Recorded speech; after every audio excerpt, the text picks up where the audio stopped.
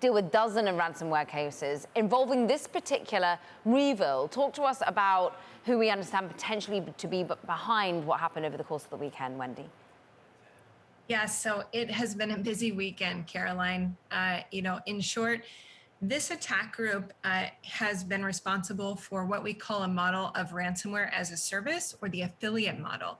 And so while this attack group might be new to your viewers, we've actually been investigating them since 2018. This group in particular is responsible for a lot of these more sophisticated business processes that we see from attackers.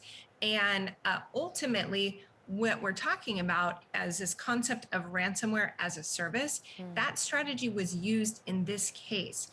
In particular, what that means is this group called REvil has rented out their communications infrastructure, their developers, their leak site, which is known as the Happy Blog, in order for another group who's actually responsible for conducting the attack.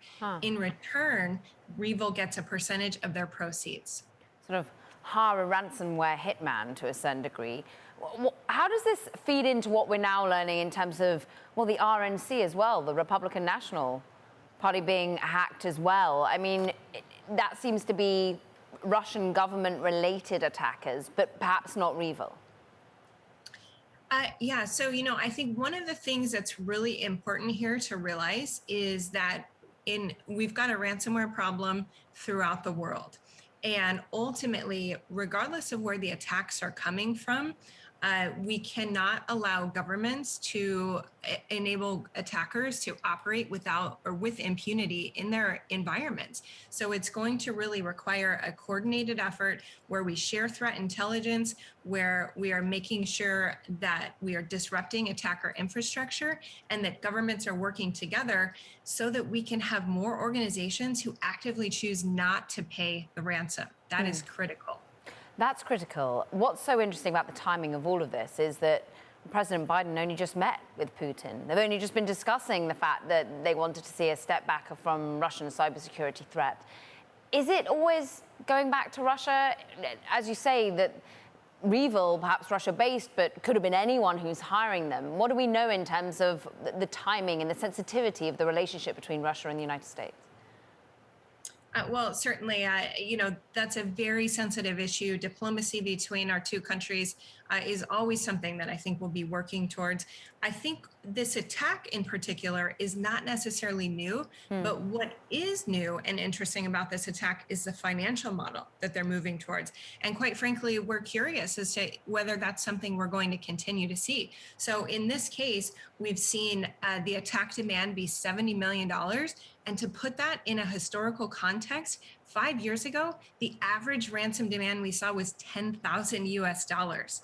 70 million is huge. And what they've done unique here is that they certainly now have decreased that ask to 50 million, but that is for a universal decryptor, which would be similar to like the master key at a hotel.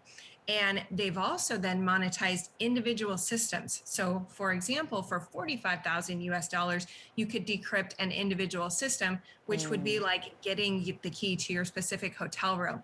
Attackers are going to continue to become more creative about ways they can command more money on these attacks.